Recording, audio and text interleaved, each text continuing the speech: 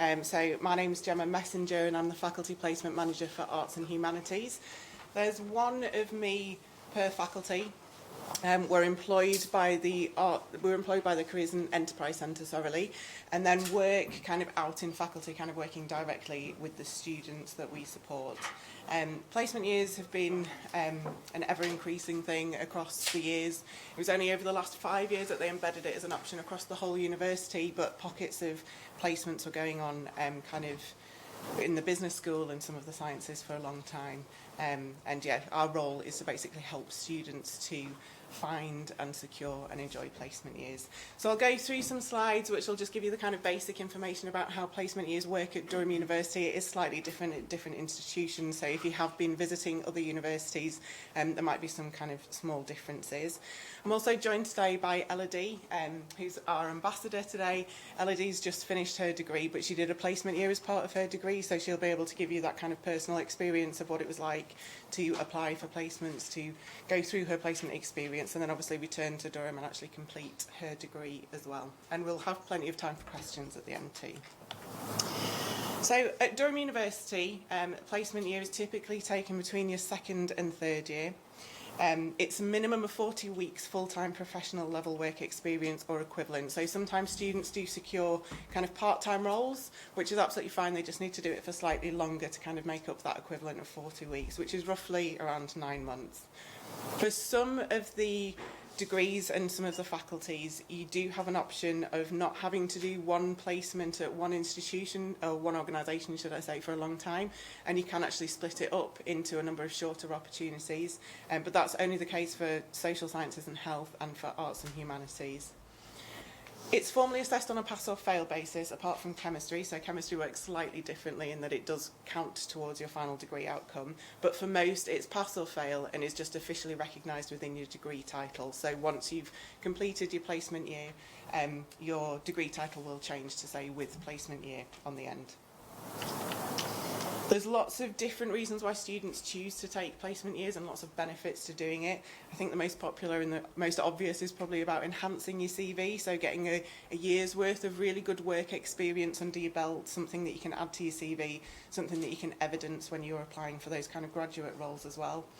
If students aren't entirely sure what they're interested in as well, it's a great opportunity to trial a career, so they could give something a bit of a test drive to see if it is something that they want to do, no problem.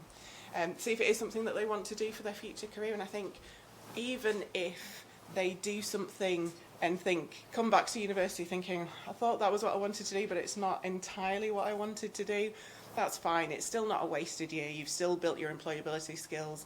You've still kind of, evidenced something on your CV, and you're actually going to be more focused. So when you are applying for those graduate roles, you've got a much better idea of what motivates you, what you're interested in, and what types of roles that you really want.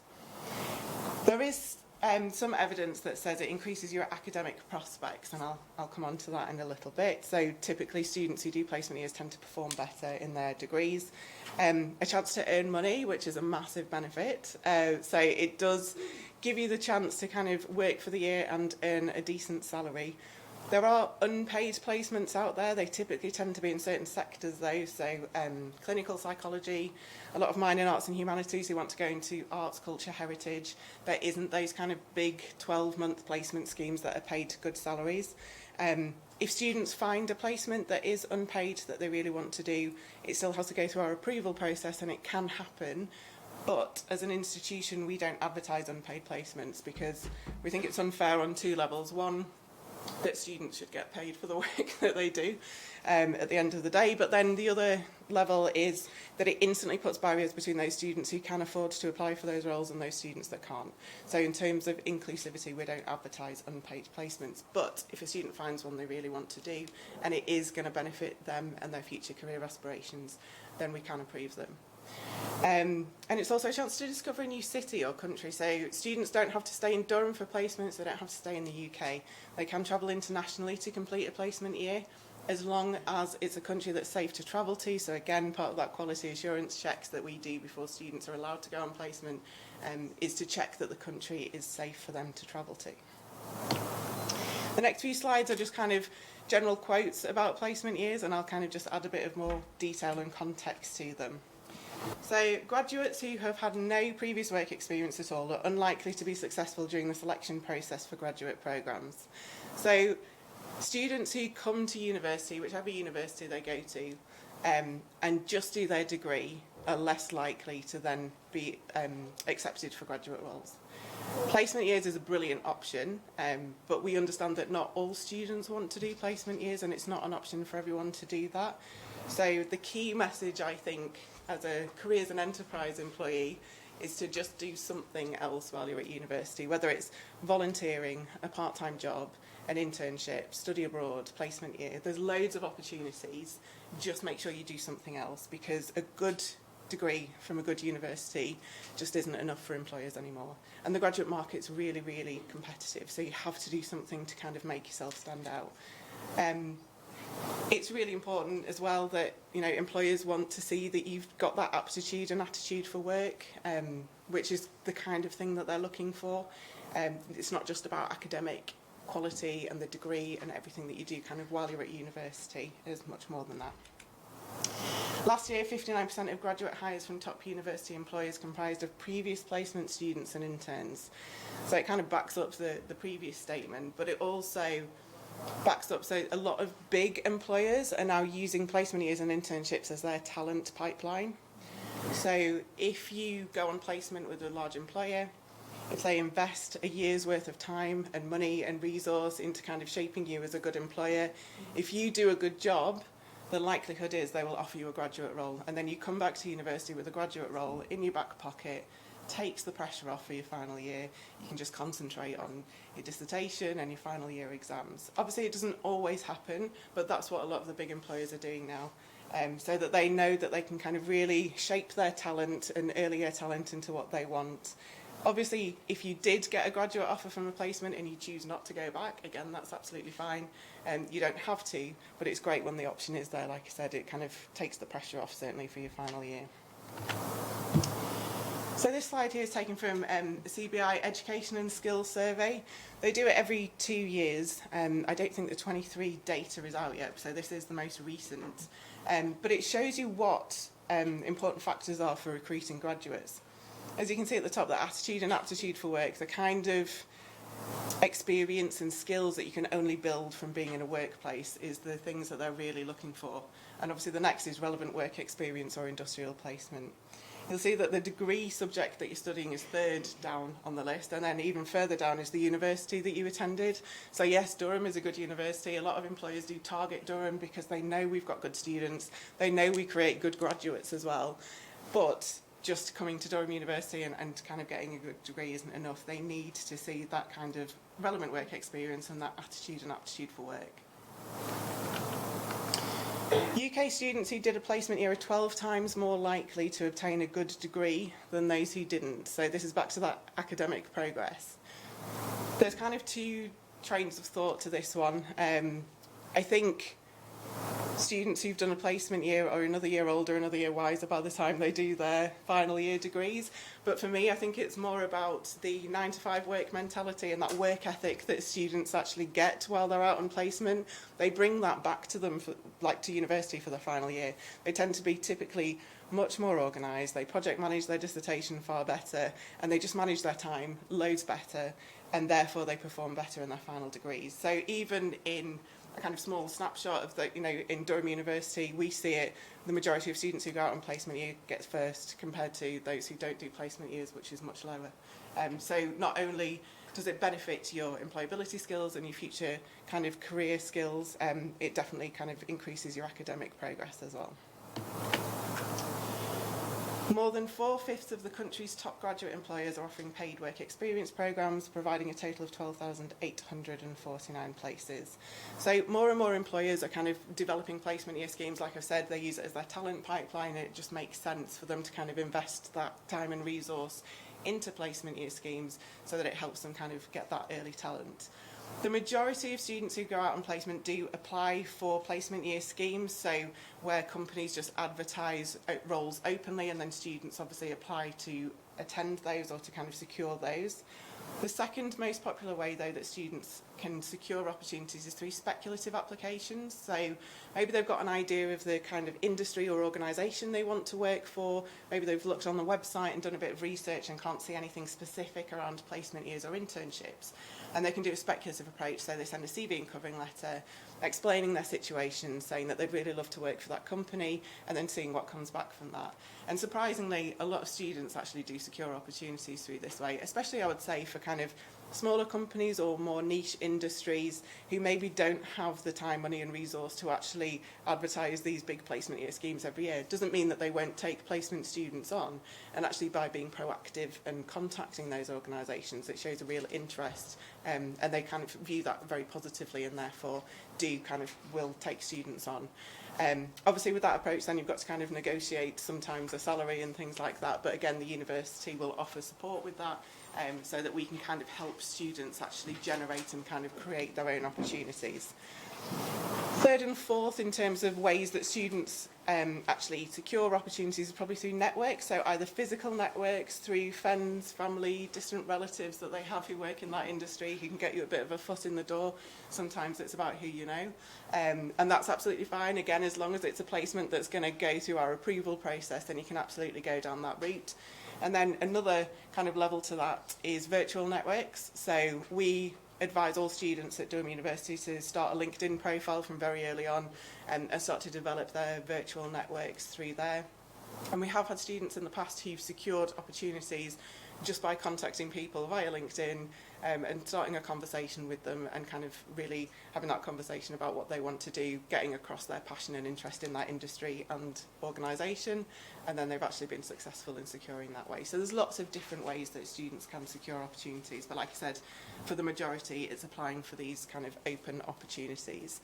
As I've said, Durham's quite a targeted university though, so these organisations that do have placement year schemes tend to send us the details of those because they want us to pass it on to our students. They'll do on-campus events, so they might do information talks about the different types of placements they've got available.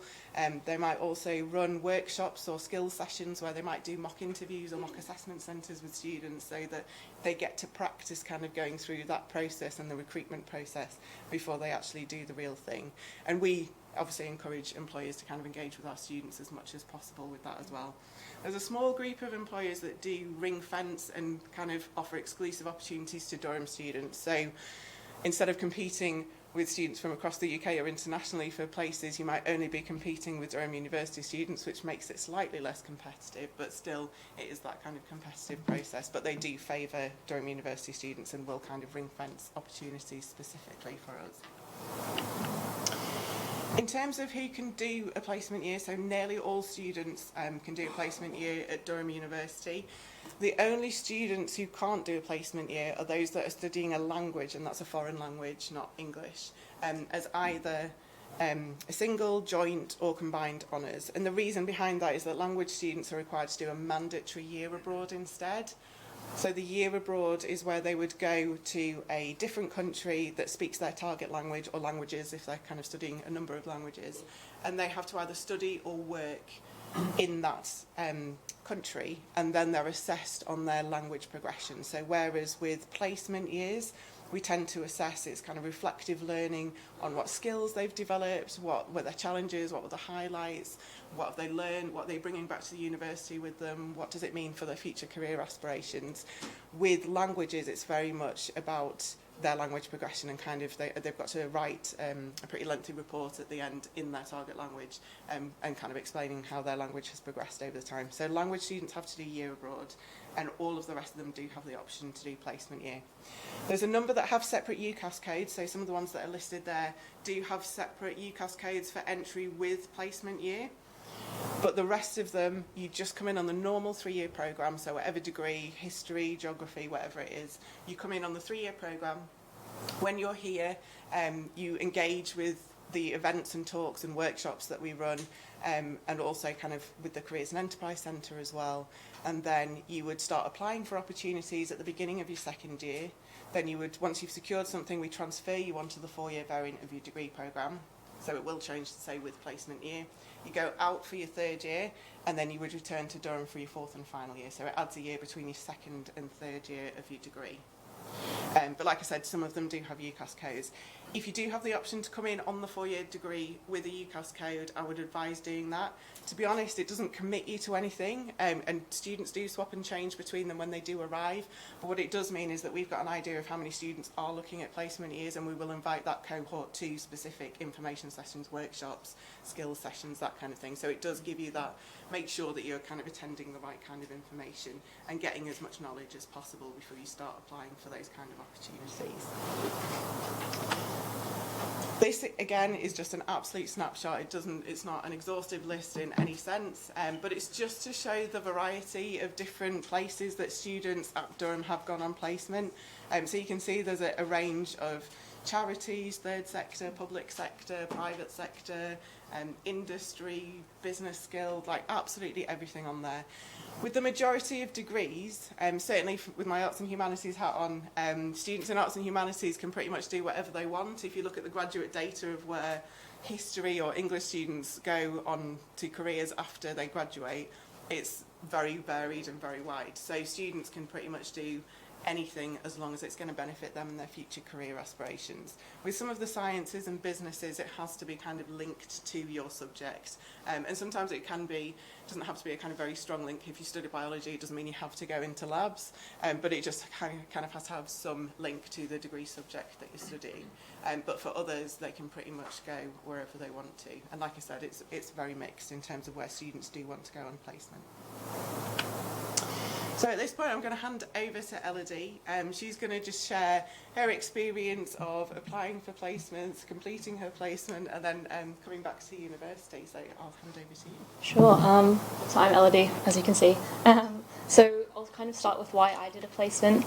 So kind of coming into uni, I wasn't on the 4-year placement course with UCAS. I was just the 3-year business management course, but I was kind of aware that it was an option. I thought it would be kind of an all-round great opportunity, like, if it's available to me, absolutely, why not? But then kind of getting into the more specific details.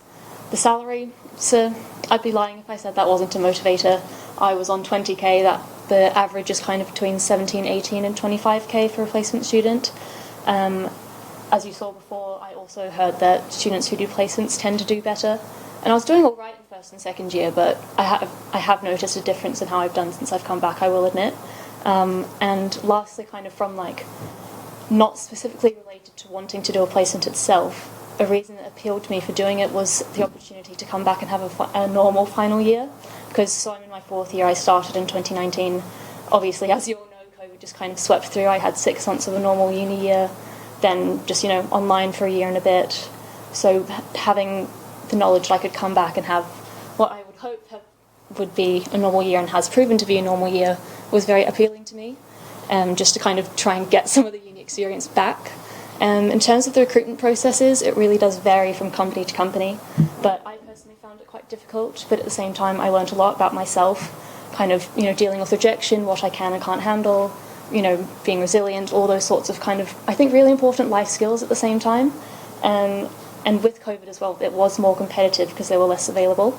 Kind of with the process itself, with bigger companies, there tends to be a lot of like on-demand video interviews. I wouldn't recommend having a fire alarm go off during one of them. That happened to me in my second year house. And you're just kind of trying to yell over it. And I did not hear back after that one, unsurprisingly. So you have kind of on-demand interviews, different sorts of tests, psychometric, behavioural, Excel, maths, PowerPoint, all sorts, just to test what you can and can't do, where your skill level is at. And then also video interviews with an actual person. Very fun. And then you can also have assessment centres. The ones I went to were all online. They're in person now, and those are kind of a combination of all of the above. So I went to 4 of them, including Disney, Mondelez and Unilever. They were online. It was quite a funny experience, just sitting on the floor in front of my radiator in my student room in second year. And I applied to all sorts of companies, as you can see with the assessment centres, but I actually ended up at a tofu company through a speculative application. And so it was kind of late April, second year. I hadn't secured a placement. I'd just been rejected by one that I wanted the most. I was kind of like, at this point, I'm going to get a placement or I'm going to die trying. So I just started emailing everyone I could get in touch with. And I already had the contact details of the director at the Tofu Co. because I had, and this is it's interesting. So I complained about some tofu. I will say, as a former company representative, I've never had any more bad tofu.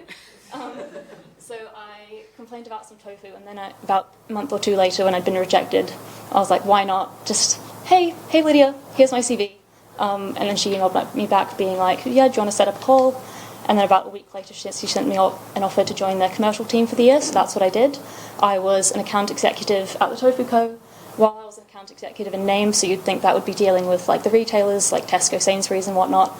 The size of the company being so small meant I really got to do a lot. So I was in commercial, I did some marketing, NPD, so new product development. At times I was also on the factory production line, kind of packing them all away, putting them in the boxes to send off to the, the logistics teams. And then, so I did a real variety, as you can tell.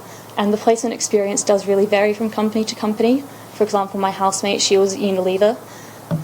She was a commercial placement student, but she worked very specifically in their global business team, within that looking specifically at social media shopping, so TikTok shopping, Instagram shopping. So if I was kind of like that in terms of what I got to do, she was a bit more like that, if that makes sense. So you can either do a lot in a lot of different departments, or it can be very kind of specific areas, and that really does vary from company to company. And I think it also depends on like the resources that the company has as well. As I said, I was on 20k. I did have to pay tax, kind of as all people do when they reach that certain threshold. I did get a tax refund, which I did really enjoy. £750 back, because I managed to overpay. What else?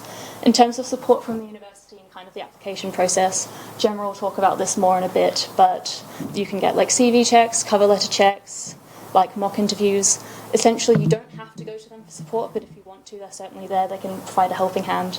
It is a very self-directed process, so they're not going to apply for you, but they will help you maybe find opportunities. They essentially want to make you the best candidate that you can be, and if you want the support in that, they're there for you absolutely 100% of the way. What else? In terms of assessment, it was quite a reflective assessment, so it's only a pass-fail. Like, you don't have to do any uni work when you're away, really, except for one big assignment at the end, which essentially kind of boils down to a reflection, so like an updated CV, kind of what sort of skills you learned and how, and kind of examples of how you kind of developed them and showed them while you're out on placement. What else? So yeah, it wasn't much. And it's pretty much impossible to fail this assignment, I will say. You only fail it, really, if you don't submit it. And if you don't submit it, you don't actually fail the year, it just means that you can't graduate. So for example, when I graduate, I'll be business and management with a placement year. And if you fail this assignment, if I'd failed it, I would just have to say business and management. I couldn't say placement year, even though it would still end up being on my CV. So it's just kind of that little change in degree title. In terms of kind of benefits to me, like obviously the salary and kind of the variety in what I did, and I learned so much, but it also kind of helped to give me an idea of what I would and wouldn't want to do in a grad job. For example, my boss at Tofu, she worked in category management, and which essentially boils down to being on Excel all day. All power to her, not for me. So I know that a job I would want, I can handle a bit of Excel, but I wouldn't want to be doing it every day, if that makes sense. What else? And then coming back to uni, especially. Oh, another important thing, I think, a placement, it does actually oddly help with dissertations. You wouldn't think so, but like not only in terms of kind of time management and project management, it can also inspire what you do on your dis. So for example, with tofu obviously being like typically a vegetarian meatless product, I ended up doing my dissertation on Gen Z motivation, so buying into that meat-free category. So essentially, why are Gen Z buying like fake sausages and fake bacon and tofu, for example? So it does really inspire you. As I mentioned, my housemate at Unilever, she ended up doing hers on something to do with TikTok shopping and beauty. So especially if you're kind of going into that year with no clue of what sort of thing you'd want to do your dis on, you can find inspiration. And then kind of in terms of like the study habits and coming back and adjusting back to student life, kind of having that 9-to-5 mindset really did help. Like my time management skills in first and second year were kind of shocking compared to what they are now. I had no idea where I was meant to be a lot of the time. I just kind of would have to write post-it notes and just hope I remembered to bring them with me. I didn't have a diary, I didn't have a planner, nothing. And this year, for example, I've relied very, very heavily on a planner. So it really does help in terms of knowing kind of how and when to schedule your time and kind of when to buckle down. What else? And then in terms of kind of future career planning, I think about 40% of students who go out on placement do come back with kind of an offer in their back pocket to rejoin the company. That's not something I have personally, but that's more, it's not because of my performance or anything, it's more because of business need with the size of the company. Like, they needed someone in that team then, they don't need someone in that team now, for example. So it does vary from company to company. For example, somewhere like Unilever, where you would go on placement, potentially they would offer you back a grad role, but that's because they have those pathways, whereas a company like Tofu doesn't have those. But then, as I said, it does help. It does give you an idea of where and like what sort of industries you'd like to join later. And just kind of overall, I'd really recommend doing a placement year. Like, I learned a lot about myself, kind of not only in kind of terms of joining the workforce and getting to grips with that, like that 9-to-5 schedule and kind of different expectations and, you know, being accountable to people other than yourself. But I also learned a lot about myself. Like, I did mine in Leeds. I'd never stepped foot in Leeds before. And, you know, I really loved Leeds. Like, I had a great time there. So, especially in cities with large student populations, it does kind of mean you have to go out there and make friends on your own. You can't necessarily rely on knowing people, especially as I was actually the only Durham student on placement in Leeds that year, which, considering there are over 300 people who go out on placement every year, was quite surprising to me, at least. But it did make me have to kind of really put myself out there and make friends and get to grips with the new city. So it does help you mature, I think. And overall, I just really recommend doing one. Like, really kind of helped to shape like who I am now, like what I'd like to go into now. And it's just a great experience. Yes, thank you, Elodie.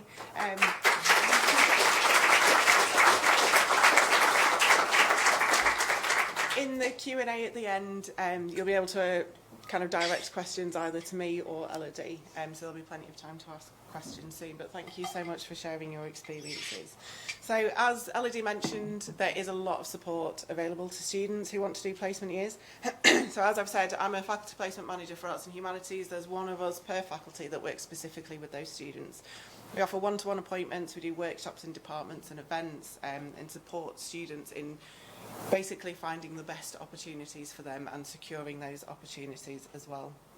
In terms of communication, so we've got a closed LinkedIn group where we post the kind of the harder to find opportunities that students might possibly just fall upon during their normal kind of Google searches, but we also send second year, so as soon as they come into second year, we send them weekly newsletters with that week's most recent vacancies or top vacancies, and do lots of pre-placement support. So, as Elodie mentioned, we can do CV checks and application checks before they submit applications, because it is all about quality, not necessarily quantity. If they get invited to interview, we can do mock interviews. We do mock assessment centres. We've got platforms where they can practice online video interviews or online psychometric or numerical tests, anything that they get asked to do as part of the recruitment process. We've got something that will support them to do that. Obviously, the students have to perform at the end of the day. We can't do it for them, but we help them prepare as much as possible for this recruitment process. And we think it's really important for students to go through that recruitment process as well, rather than be handed placements on a platter anyway, because that's exactly what they're going to have to go through to get those graduate roles and kind of in any future career. So it's really important for them to go through that recruitment. As a wider Careers and Enterprise team, so we've got an employer engagement team in the Careers and Enterprise Centre who do lots of other online and on-campus events. So they're responsible for the biggest kind of campus fairs, recruitment events, skills workshops. So employers do come on and do kind of those mock interviews and assessment centres as well.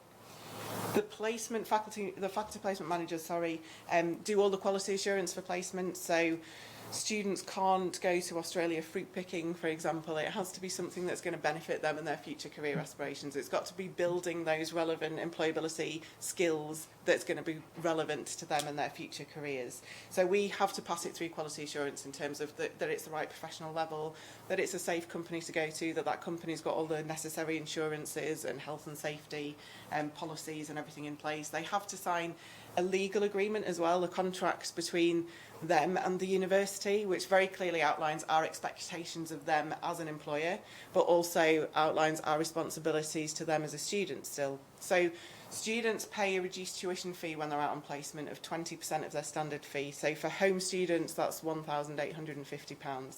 If they're in receipt of tuition fees from Student Finance England or equivalent, once they're kind of transferred onto that 4-year programme, they will automatically pay that reduced fee to the university anyway. So it just kind of adds on to the finance from Student Finance England. But that maintains their student status, but more importantly, it means we fully support that student while they're out on placement should anything happen at all. And that's from anything, whether they're not enjoying their placement at the beginning. Sometimes the first few weeks can be really overwhelming for students, so sometimes we get phone calls from them kind of just saying, oh, I'm not sure I've done the right thing.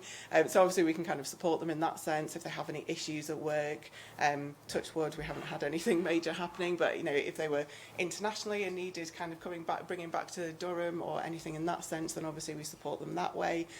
They get cover from the university's travel insurance as well. So all of these things that kind of make sure that we're fully supporting students. And sometimes a placement might not sound as if it's a very risky placement to go on and that students wouldn't necessarily need any of the support services from the university. But as an example, this year we had a student who was on placement at a school pretty locally actually, so in the northeast. And they were in a classroom alone with a teaching assistant, and the teaching assistant collapsed and the student had to provide CPR for that particular person who ended up passing away. So awful thing that happened. No one could have predicted it, totally unknown. She contacted the university. We instantly referred her to our counselling service, so they kind of provided support to her in that sense. We then liaised with the employer to ensure a kind of safe and kind of easy return for her back into that workplace, and just managed all aspects of that to make sure that she was happy and that she was happy to go back into that workplace and finish her placement, which was the case. But without kind of that university support, you know, who knows what would have happened to that student. So it's massively important for us that we're ensuring that the students have the safest and most enjoyable experience while they are out on placement.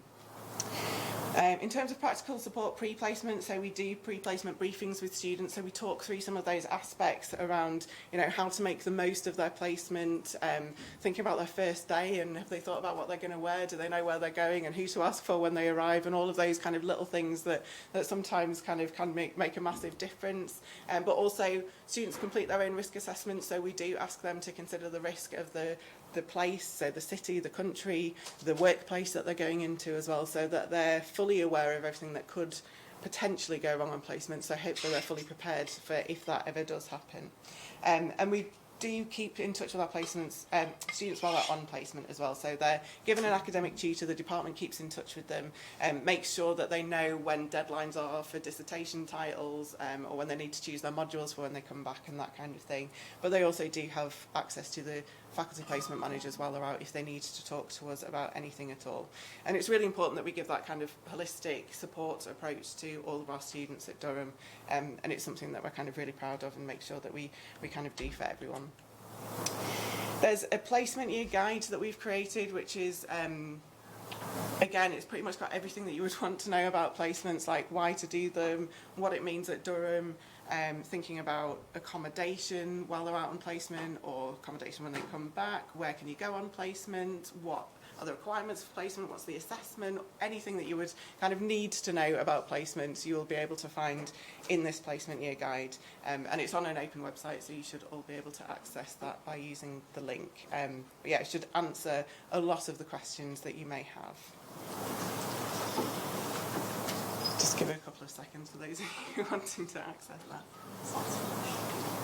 And then finally, that's kind of the end of the formal parts of kind of what we needed to tell you or kind of share with you in terms of how placement years work at Durham.